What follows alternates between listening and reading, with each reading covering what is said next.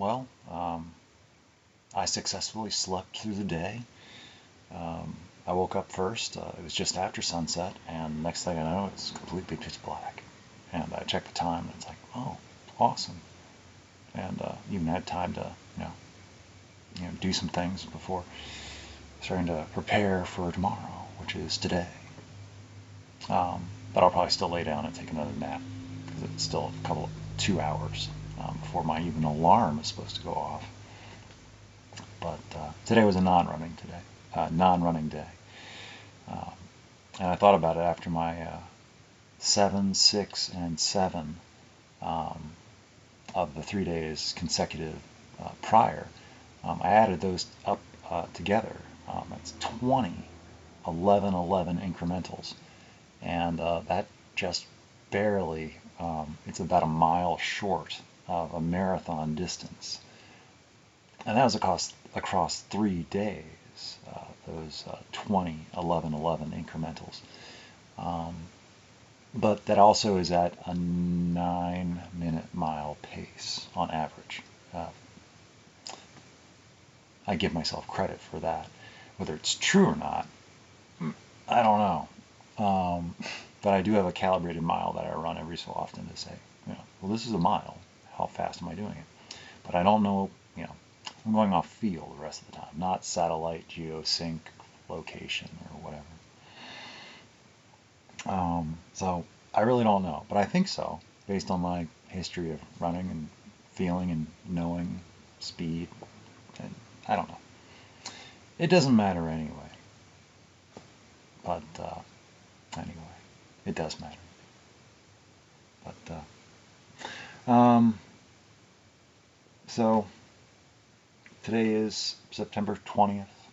I don't know if I said that yet. Not that matters again, but it matters. And I wrote something before I laid down to sleep today, so I thought it'd be something to read, because I didn't really have much to talk about. Except I do have a lot to talk about, but now is not the time. So I'll read this instead. Completely anonymous, by the way. Don't forget. Okay. See what happens. And I am enjoying the house building recently. A lot of the other tenants in the other apartments have found other places to spend most of their time. So they pop in and then they leave, and I don't hear much noise. So it's just me and this other guy in this other apartment somewhere else, far away, and he doesn't make much noise. So it's really nice that the traffic has decreased significantly. It's awesome. I don't think I have to worry so much about noise and having to talk extra quiet. Of course, or maybe I was just sleeping so deeply I just didn't even notice people coming in and out, and like there might be some, I don't know. But I haven't heard anything. So it's like I don't feel like I have to whisper, but I'll still be quiet anyway. Okay. And this is what I wrote. I've been thinking very seriously about it these past few days, about what I am doing, why I'm doing it, what do I hope to achieve, where am I headed, the usual, life. And I have arrived at an informal yet possible and fun solution. I am naturally, of course, speaking about the running. I had set myself a desired target of running 1,000 miles in a year, starting April 2nd, 2022 and ending April 2nd, 2023. I am currently at 604. What happens when, not if, but when I reach 1,000 miles? Do I go on a holiday? Do I stop? Do I keep counting until the set date? Call it a year and go back to zero? Start a new year? Or just keep going? I am now thinking of extending the existing goal of 1,000 miles and then beginning a journey of our solar system. First stop, the moon. At only 6,786 miles in circumference, it should be within reason to have a pleasant jog around our moon over the next bit of time. I like the idea. I might compare circumferences to some other planet's moons first, though. Have some passive mile moons as incremental achievements along the way. Our solar system has over 200 moons, according to Google. Our Luna is the 5th largest by diameter, so plenty of smaller moons to run around first. Besides running around intersolar objects, my YouTube channel continues to run unbothered, unfettered, and unnoticed in the fringes of the mainstream. A whopping 2 subscribers still. I'm pretty sure I am one of them somehow. And I might be the other one too, I don't know. And it doesn't matter, I produce content anyway. I don't promote, I don't advertise. Its sole purpose is to serve as an archive and a repository of dreams. Also working in conjunction and tandem with other works, complementary and supplemental. Sometimes no single source provides all the context needed to understand myself, because I am really bad at telling myself things that I understand at the time of recording, but then have no idea about later. But between a few places and the writings from around the same time, I can figure it out. Of course, the main files are stored locally on-site within my mental warehouse and memory palace. But over time, things change. My memory may fluctuate. Recordings and writings help me to get the story sorted before attempting to let it rest. Try to get a timeline, as best understanding as I can, with whatever information and best guesses I have at my disposal. I sometimes am reliant on making grand assertions and leaps of logic, or even leaps of faith. I find it better to believe in something than to believe in nothing. And on other topics, it is still too soon to say. Proposals and propositions were being made around this time last year. Declarations, dedications, proclamations, overtures, serenades too. Not sure how things are now. What has happened? Where are we? I only know that I am lost, and settled to stand defiant in a steadfast place of unknowingness, being okay with questions unresolved, unasked, unreconciled, regarding myself as friend-zoned, leaving them be, letting them be, minimizing contact, interaction, contribution, participation, and communication, where be or whereas the truth of the matter is opaque, obscure, and obfuscate. Perhaps I was at some point friend-zoned, but now I am not. There is more going on that I am not made aware of. It is perhaps I am better off precisely not knowing at this time, because now is not the time. I'm already doing, acting, and being enough, and explaining everything to me in a way that it would make sense would take a long time and energy, and my knowing might only serve to complicate, aggravate, or exacerbate whatever issue. I am somehow being defended, or protected, or kept from harm? They are working on it. This is where the trust and belief come into action.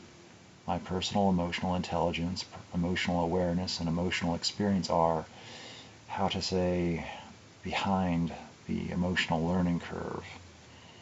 Not to say anyone else knows any better, or is an expert or anything, but I haven't been in a relationship, aromantic or romantic, in a very, very, very long time. Maybe I should know some things. Maybe I'm given credit for understanding what should be obvious or plain to see. I don't know what they know. I don't know what they don't know. I don't know what I don't know. I don't know what I do know. It feels like it could be something, though, if I believe. Mostly I am okay, though, for whatever reason. I think it may hyperbolize to depict that I am crazy over her. I think it fair to assert only that I may just be crazy anyway, and then I met her. Causations and correlations, wordplay, a play of words, a dance of dreams, a tangle of midnight tangents and parallel personality profiles. What is crazy? A madness remains contained within domains. It is an all-or-nothing affair, a package deal, and plus, I now suspect that I am being haunted. What the heck? When did that happen? Spooky action at a distance. And yes, no one should really have read this far. I am only writing to let myself know a permutation and configuration of a possible reality that I am unsure of.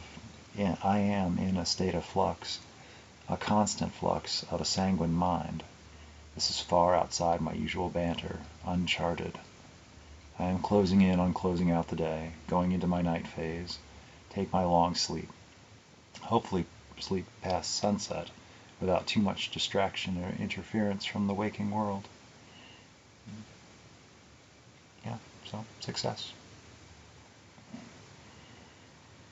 And I thought of some additional things that I wanted to clarify as I was reading through, but didn't want to stop the reading.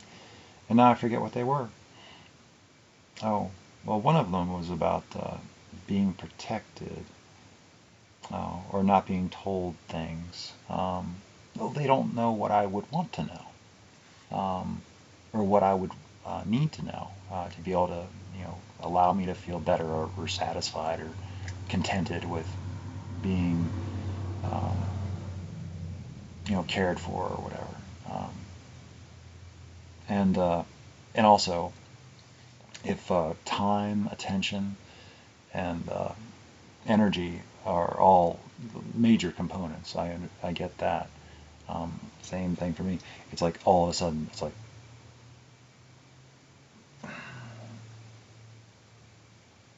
because as soon as that starts, it's like, well, now it's like, well, I just need to know more. So it's like, it's not just a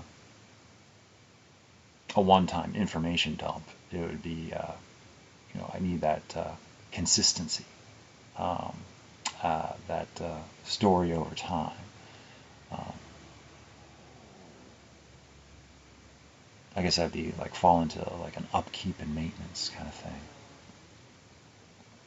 So they could tell me what's been going on, and but then I would want to be involved in their life more, and have like regular contact, and the ability to ask questions, receive answers, and in a timely way, not over the. Because sometimes I think questions of mine are being answered. They're just after weeks, and then it's like, and I see an answer, and it's like, well, I don't even know. Is that answering the question that I asked like weeks ago? Because it answers it, but is it like answering me or answering somebody else? And then it's like, I have no idea. So it's like, and the way their mind works, they might feel like, well, they've answered the question. It took them a few weeks, but they answered the question. And I'm like, well, I don't know if it was for me. I don't know who the audience of the answer was for. If it was answering my question, it happens to satisfy my question. But was it to that question? Because if they just throw out like, yes, I'll do that, a month from now, yes, you'll do what? Like how many, that's like, so it makes it's difficult for me to understand what it's the communication thing. Just the communication thing, that's all. So, but the way it is now is not hopefully the way it's always going to be, because that just won't work. I will eventually just, wander off, and I'll just come up with whatever makes sense to me best at the time and hurts the least, or hurts the most, depends on my mood, how I choose to feel.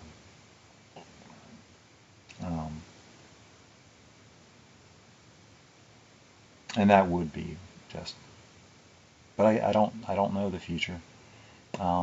A year from now, 2 years from now, 5 years from now, who knows how I'll look back on what I'm going through, or what we are going through, if there is even a we. I don't know, for sure. I'd like to think that there's something going on. I really would. And maybe that's precisely the character that is carrying the conversation. My belief that something is going on beyond my reasoning. Because reasoning isn't exactly all of what has gotten me this far. If I left it to reasoning, oh, I'd been in trouble. Oh my gosh. If I'd left my welfare and well-being and sanity in the collaborative hands and responsibility of the community, I would also be in great trouble, because everybody has their idea of what's right, because they're living what works for them. And they just assume that what works for them could work for somebody else. And they're right. But not all of it. And I still have to find my own path. I can't live their path. I can't live what they think is what I should be doing, what worked for them. It's like, no. So, and they don't have to understand. Their understanding is not a prerequisite for me living it. So, it's like a going away. It's like I was going to go away eventually anyway, so it's like, I'm still around. They get to, see me do well. And I think that's a great way of saying thank you. That, yeah, he's doing well. But of course, as far as recovery goes, it's like, he's doing well. That's when he's going to fail. Because that's what a lot of people tend to think, that the better you're doing, the worse off you are. At least if you're just constantly upset and sad and angry, and then you're more likely to come back and get help. But if you're doing good, you'll think you're doing good, and that's bad. Because then you're gonna, immediately, or it might be years, it might be a lifetime of living really well. And then you'll have a relapse and be like, damn it, I should have stayed in meetings my entire life to protect me. Life is not about living in a bubble, not living in a shell, not living in isolation,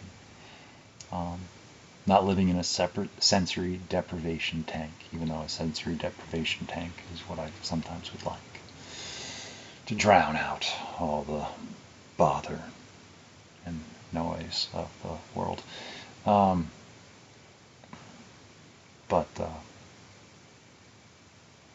Yeah, I agree. I would like to do more, but I just don't know if I have the faculty and facility to enable and facilitate all of everything. Because it does come down to a lot of it, creativity and financials. And it's like, where does the backing for adventure come from? I have very simple dreams, very modest. And the best part about them is they can come true. They can come true. But I'm the one that has to be the, inventive one. Because sometimes they've already come true. It's just I have to recognize it, or pay them attention, or appreciate, and then follow through. And these exercises, or exorcises, are part of it. An unknown strategy, tactic to tease threads and tug at heartstrings, to borrow a phrase, though I don't really like it now that I've said it. Anyway, that's all I got, really. Not that these get watched, I know. But it puts up an animated photo. That's what I've kind of, consoled myself as. The consolation is that it puts up a living photo. And they can see that it's a visibility exercise, too. I'm staying visible and accountable. So, like I said, around 20 minutes I'll go.